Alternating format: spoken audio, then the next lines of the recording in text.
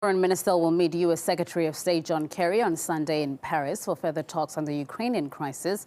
Sergei Lavrov earlier revealed that Kerry believes neo-Nazi group the Right Sector is on the verge of becoming a real political movement in Ukraine. The group has recently been condemned by Brussels, with the timing of the criticism causing some confusion, as RT's Polly Boyko reports.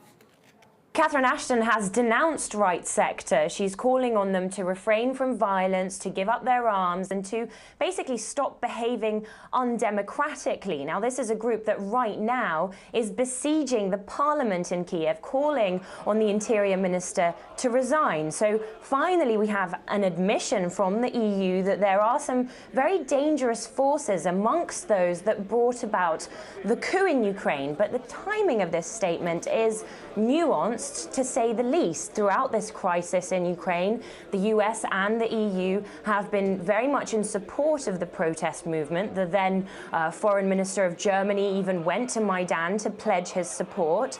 That's despite the fact that Russia has repeatedly called on its Western partners to reassess the situation, to take a look at who it is they're supporting. But Right Sector now has become a major violent force in Ukraine. The arms that Catherine Ashton was talking about are allegedly stolen by Right Sector from weapons depots during the unrest. They're linked to violence against anti-Maidan activists, to deaths in eastern Ukraine.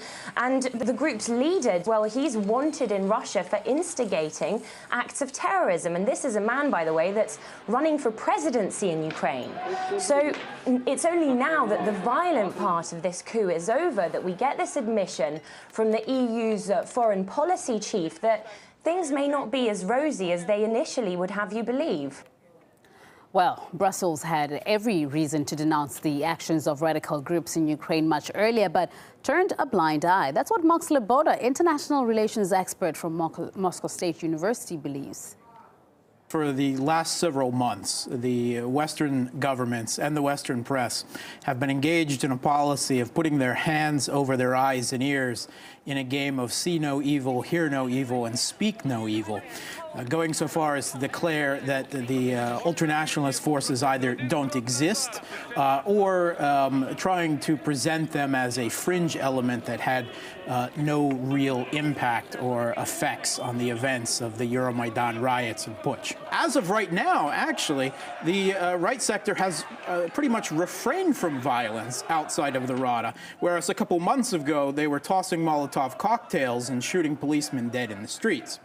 But right now, they are seen as no longer useful and as embarrassing to the putsch that has taken power, serving only to delegitimize them even further.